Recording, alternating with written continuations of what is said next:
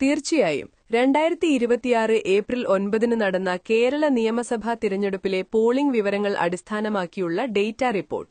Infographic രൂപത്തിൽ നൽകിയിരിക്കുന്ന ഈ വിവരങ്ങൾ ഏറ്റവും പുതിയ പോളിംഗ് കണക്കുകളെയും അവയുടെ വിശകലനത്തെയും ആസ്പദമാക്കിയുള്ളതാണ്.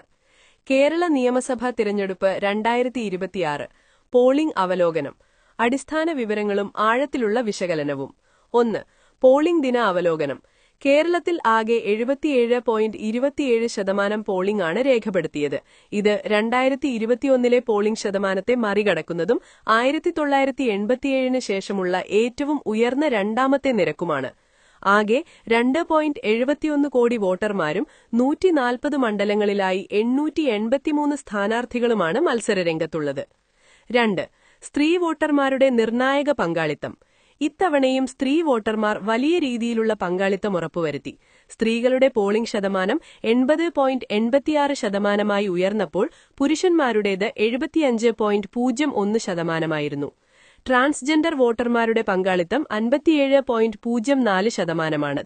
സംസ്ഥാനത്തെ വോട്ടർ പട്ടികയിൽ 1.39 കോടി സ്ത്രീകളും 1.32 കോടി പുരുഷന്മാരുമാണുള്ളത്. 3. ജില്ലാതല പോളിംഗ് കണക്കുകൾ.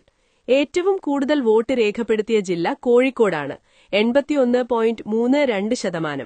തൊട്ടുപിന്നിൽ പാലക്കാട് ജില്ലയും ഇടം പിടിച്ചു. എന്നാൽ പത്തനംതിട്ട ജില്ലയിലാണ് ഏറ്റവും കുറഞ്ഞ പോളിംഗ് രേഖപ്പെടുത്തിയത്. എറണാകുളം 79.78%, കണ്ണൂർ 78.52%, തിരുവനന്തപുരം 77.05% തുടങ്ങിയ ജില്ലകളും ഉയർന്ന പോളിംഗ് നിലനിർത്തി. 4.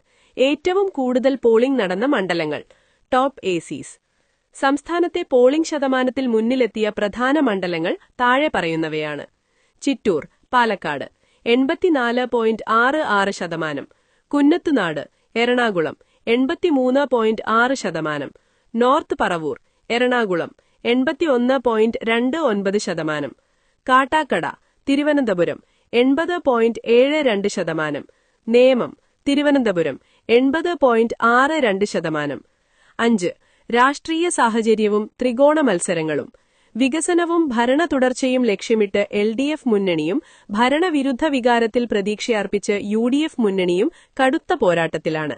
പല മണ്ഡലങ്ങളിലും NDAയുടെ സാന്നിധ്യം പോരാട്ടം ത്രികോണ മത്സരമായി മാറ്റുന്നതിനും പോളിംഗ് വർദ്ധിക്കുന്നതിനും കാരണമായിട്ടുണ്ട്.